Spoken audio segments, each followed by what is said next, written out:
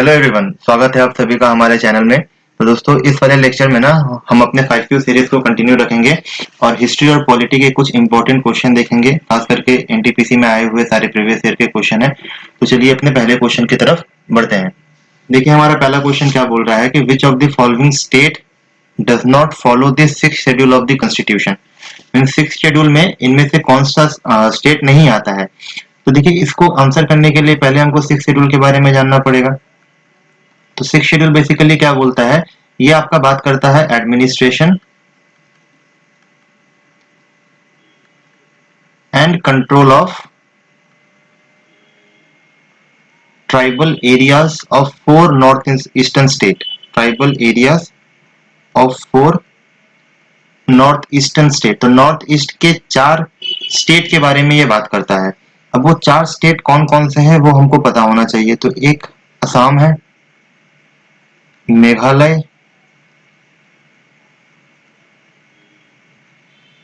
Third आपका त्रिपुरा हो जाएगा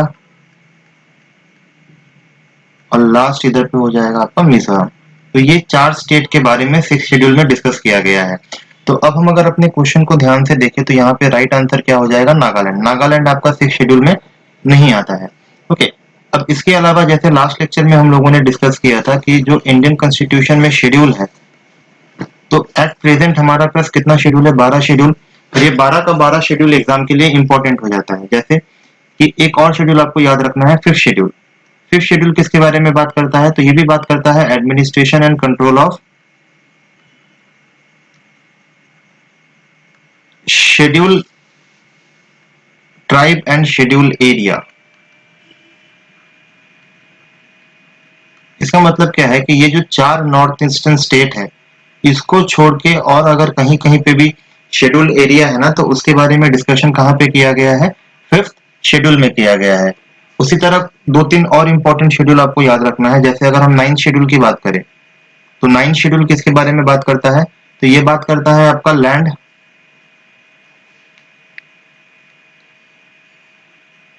ठीक है, ये बात करता है आपका land reform and abolition of zamindari right.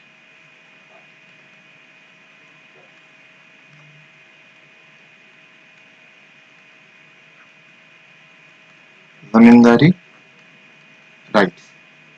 10th schedule exam के लिए बहुत इंपॉर्टेंट हो जाता है क्योंकि ये बहुत बार एग्जाम में आता है। तो 10th शेड्यूल किसके बारे में बात करता है, तो ये बात करता है आपका एंटी डिफेक्शन लॉ के बारे में।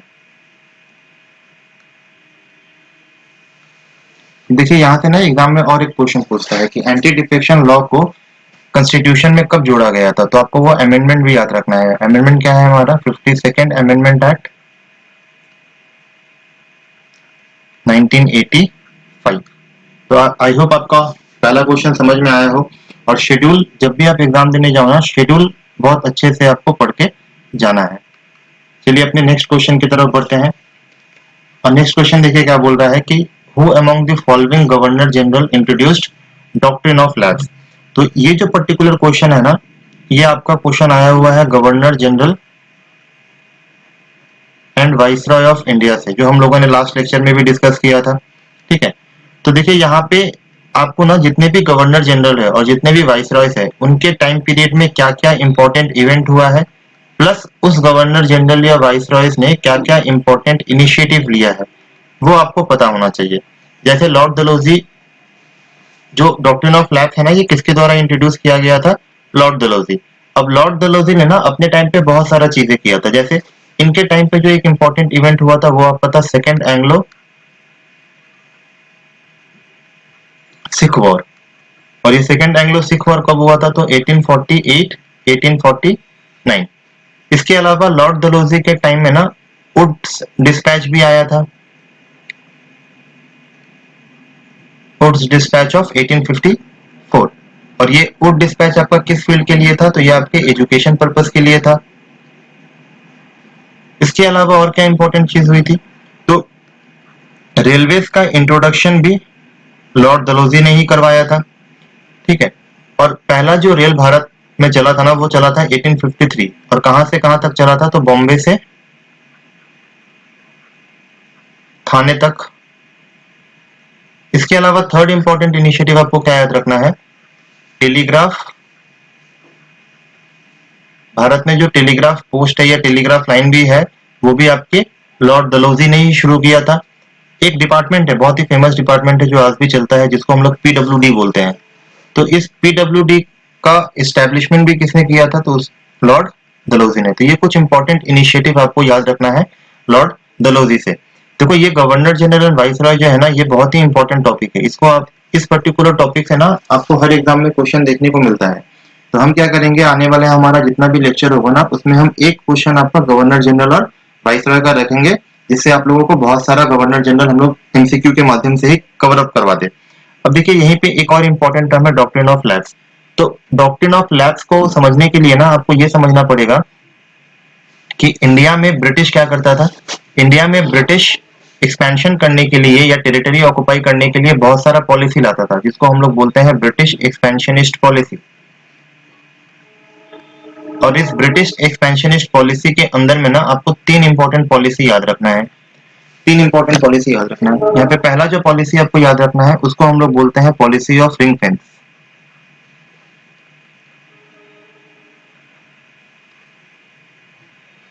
दूसरा इंपॉर्टेंट पॉलिसी कौन सा है? Subsidiary alliance. और third important policy is your doctrine of lapse. अब देखिए डॉक्ट्रिन ऑफ लैप्स किसने इंट्रोड्यूस किया था? तो आंसर क्या हो जाएगा? डलहौजी। सवाल उठता है कि सर ये डॉक्ट्रिन ऑफ लैप्स है क्या? तो देखिए डॉक्ट्रिन ऑफ लैप्स क्या बोलता है कि मान लो एक पर्टिकुलर एरिया है और उस एरिया का कोई किंग है एंड क्वीन है, राजा और रानी है। अगर इस राजा और रानी का अगर कोई बायोलॉजिकल बेटा नहीं है, बायोलॉजिकल सन नहीं है, ठीक है, और इस राजा और रानी ने क्या किया है, किसी लड़के को अगर अडॉप्ट किया है, तो ब्रिटिश क्या करेगी, इस अडॉप्टेड चाइल्ड को राजा नहीं घोषित करेगी। इसका मतलब क्या है कि अगर कोई एरिया, उस एरिया के राजा का अगर वो बायोलॉजिकल सन नहीं है, तो उस एरिया को ब्रिटिश क्या कर लेगी? एनेक्स कर लेगी। यही है आपका डॉक्ट्रिन ऑफ लैप्स। अब यहाँ से एक क्वेश्चन और पूछता है कि पहला जो राज्य है या पहला जो स्टेट है जिसको डॉक्ट्रिन ऑफ लैप्स के तहत एनेक्स किया गया था, उस स्टेट का नाम क्या है? तो सतारा। और सतारा कहाँ पे है? महाराष्ट्र। उसी तरह अगर आपसे पूछे कि सब्सिडियरी अलायंस किसने इंट्रोड्यूस किया था, तो आंसर क्या हो जाएगा? Lord Wellesley. और इसके तहत जो सबसे पहला स्टेट को कैप्चर किया गया था वो कौन सा था? Hyderabad. Policy of ring fence किसने इंट्रोड्यूस किया था? तो वॉरेन हेस्टिंग्स। और इसके तहत जो पहला एरिया कैप्चर किया गया था वो कौन सा था? आपका अवध। तो इस तरह से आपको हर गवर्नर जनरल और उसके इंपॉर्टेंट इनिशिएटिव के बारे में पता होना चाहिए। आई होप ये भी आपको क्वेश्चन समझ में आया हो। अपने अगले क्वेश्चन की तरफ बढ़ते हैं। देखिए हमारा अगला क्वेश्चन क्या बोल रहा है कि who is authorized to alter the boundary of any state in India. Means किसके पास पावर है कि वो किसी भी स्टेट के बाउंड्रीज को कम बेसी कर सकता है। तो ये जो पर्टिकुलर क्वेश्चन है ना, ये आपका आया हुआ है पार्ट 1 से, ठीक है। और पार्ट 1 किसके बारे में बात करता है? तो part 1 talks about union and it's territory, ठीक है। उसी तरह अगर आपसे पूछे कि पार्ट 1 कितने से कितने आर्टिकल तक है, तो आपको क्या याद रखना है कि पार्ट 1 जो है इसका आर्टिकल क्या है? Article 1 to 4।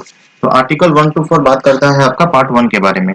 अब देखिए यहाँ पे हमको 3 इंपॉर्टेंट आर्टिकल के बारे में पता होना चाहिए। सबसे पहला जो आर्टिकल है दैट इज आर्टिकल 1। अब देखिए अगर आपसे कोई पूछे ना कि इंडिया को हम लोग और किस नाम से जानते हैं, तो बहुत लोग बोलेंगे आर्यवर्त, जम्बूद्वीप, भारत। बट आर्टिकल 1 क्या बोलता है? इंडिया दैट इज भारत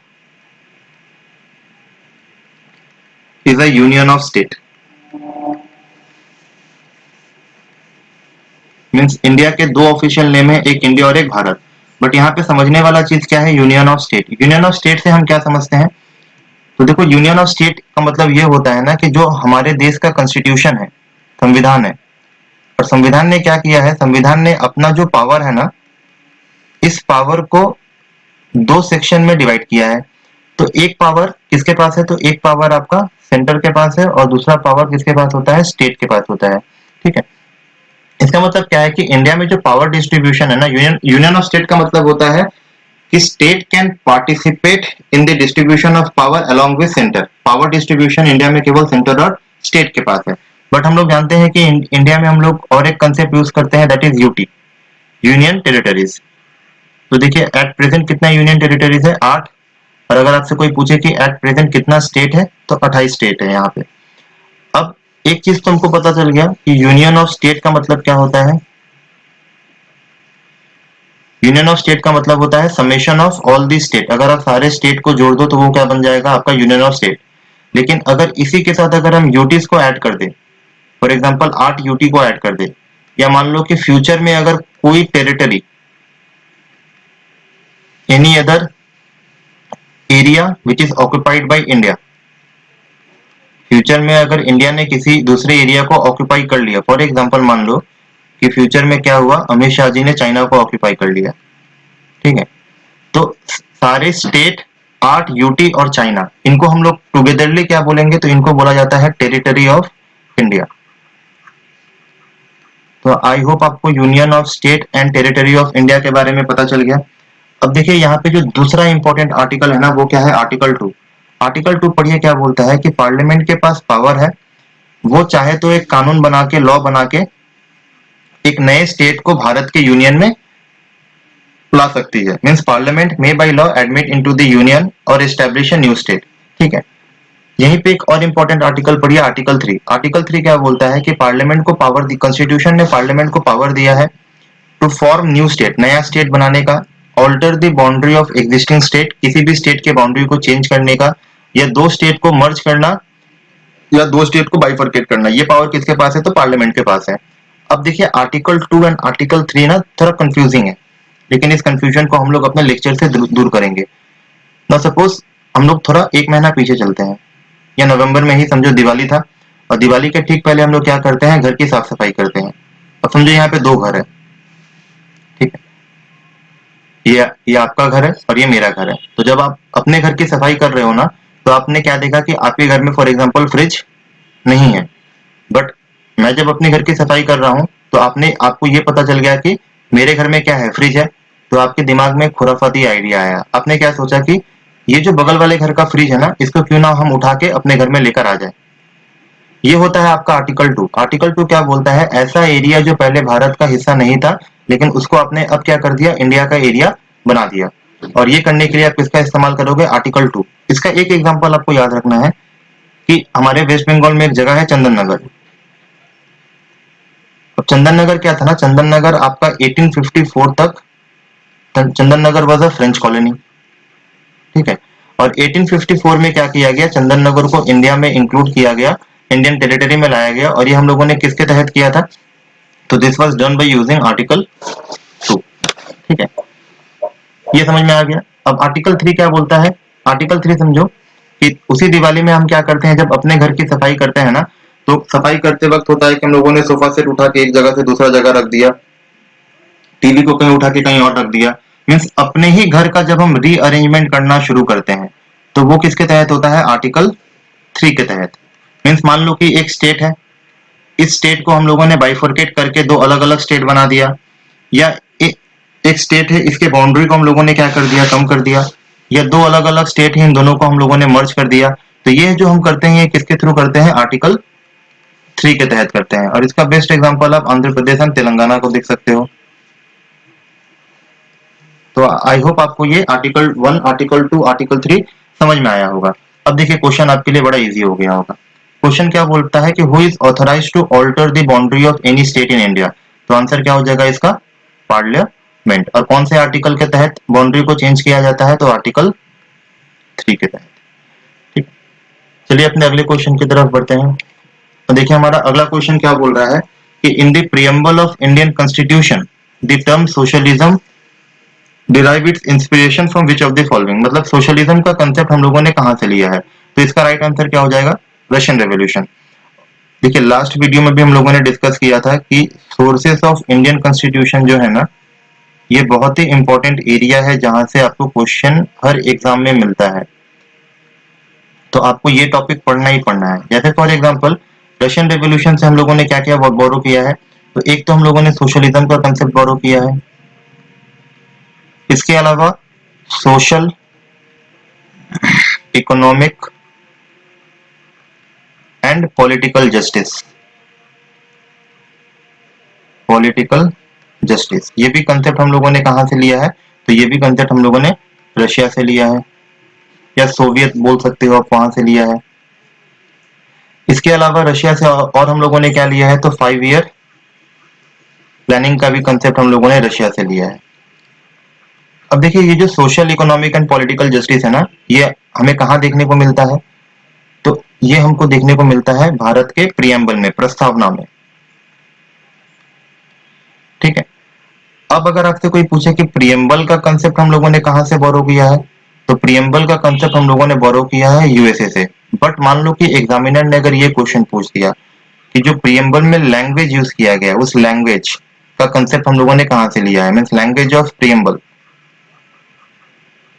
ये कंसेप्ट हम लोगों ने कहां से लिया है? तो आपको याद रखना है कि लैंग्वेज ऑफ प्रियम्बल का कंसेप्ट जो है ना, ये हम लोगों ने ऑस्ट्रेलिया से बोरो किया है।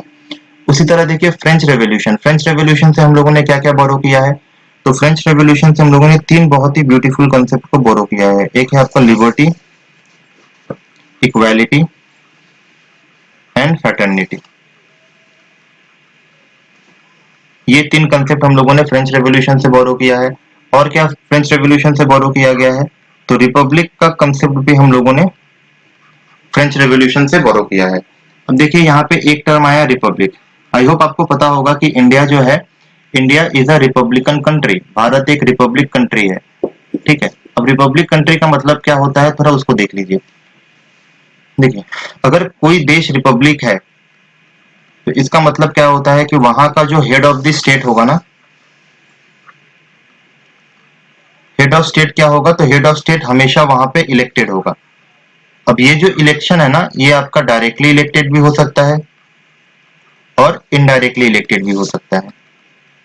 जैसे अगर हम इंडिया की बात करें, तो हमारे इंडिया में हेड ऑफ द स्टेट कौन है? तो हमारे राष्ट्रपति, दैट इज प्रेसिडेंट। और भारत में जो प्रेसिडेंट का चुनाव होता है, वो क्या होता है? इनडायरेक्ट चुनाव होता है। उसी तरह अगर आप डायरेक्टली इलेक्टेड देखो, तो इसका एग्जांपल क्या हो जाएगा? USA. And both India and USA are republican country. But मान लो कि अगर हम ब्रिटेन की बात करें, तो ब्रिटेन का जो हेड ऑफ द स्टेट होता है ना, वो वहां के किंग होते हैं। और किंग का जो पोजीशन होता है, वो होता है हेरिडिटरी, मीन्स किंग का कोई चुनाव नहीं होता है। इसका मतलब क्या है? ऐसा कोई भी कंट्री जहां का हेड ऑफ द स्टेट का अगर पोजीशन हेरिडिटरी है, तो उस कंट्री को हम लोग क्या बोलते हैं? मोनार्की बोलते हैं। तो रिपब्लिक और मोनार्की के बीच में डिफरेंस आई होप आपको समझ में आया हो। बढ़ते हैं अपने लास्ट क्वेश्चन की तरफ। देखिए, लास्ट क्वेश्चन क्या बोल रहा है कि which was the first act passed by the British government to control and regulate the affairs of East India Company. सबसे पहले टॉपिक देख लीजिए, इसके किस टॉपिक से आया है। तो ये क्वेश्चन आपका पूछा गया है हिस्टोरिकल बैकग्राउंड से।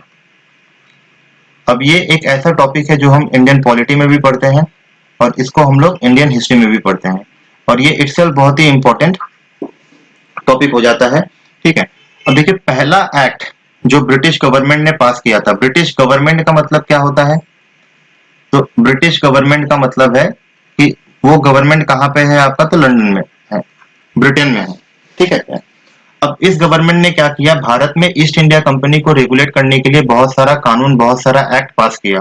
और पहला जो एक्ट पास किया गया था ना, वो आपका 1773 में किया गया था, जिसको हम लोग बोलते हैं regulating act of 1773, regulating act of 1773। अब देखिए, इसी रेगुलेटिंग एक्ट ऑफ 1773 में ना बहुत सारी बातें की गई थी। वो बातें हमको पता होना चाहिए। देखिए, पहला चीज जो रेगुलेटिंग एक्ट ऑफ 1773 से आपको पता होना चाहिए कि क्या किया गया था। जो गवर्नर ऑफ बंगाल है, उस गवर्नर ऑफ बंगाल का पोजीशन या नाम बदल के क्या कर दिया गया था? Governor general of Bengal. और पहले गवर्नर जनरल ऑफ बंगाल कौन थे? तो उनका नाम था वॉरेन हेस्टिंग्स। सेकेंड इंपॉर्टेंट चीज क्या हुआ था कि जो गवर्नर ऑफ मद्रास और इनके साथ गवर्नर ऑफ बॉम्बे, इनको बोला गया कि ये लोग क्या होंगे, they will be subordinate to governor general of Bengal. इसका मतलब क्या है कि अब अगर गवर्नर ऑफ मद्रास और गवर्नर ऑफ बॉम्बे को अगर कोई भी डिसीजन लेना है, कोई भी काम करना है, तो उसको परमिशन किससे सीख करना पड़ेगा, तो गवर्नर जनरल ऑफ बंगाल से करना पड़ेगा। और लास्ट जो प्रोविजन आपको याद रखना है ना, कि इसी रेगुलेटिंग एक्ट के तहत क्या किया गया था, कलकत्ता में सुप्रीम कोर्ट को एस्टेब्लिश किया गया था।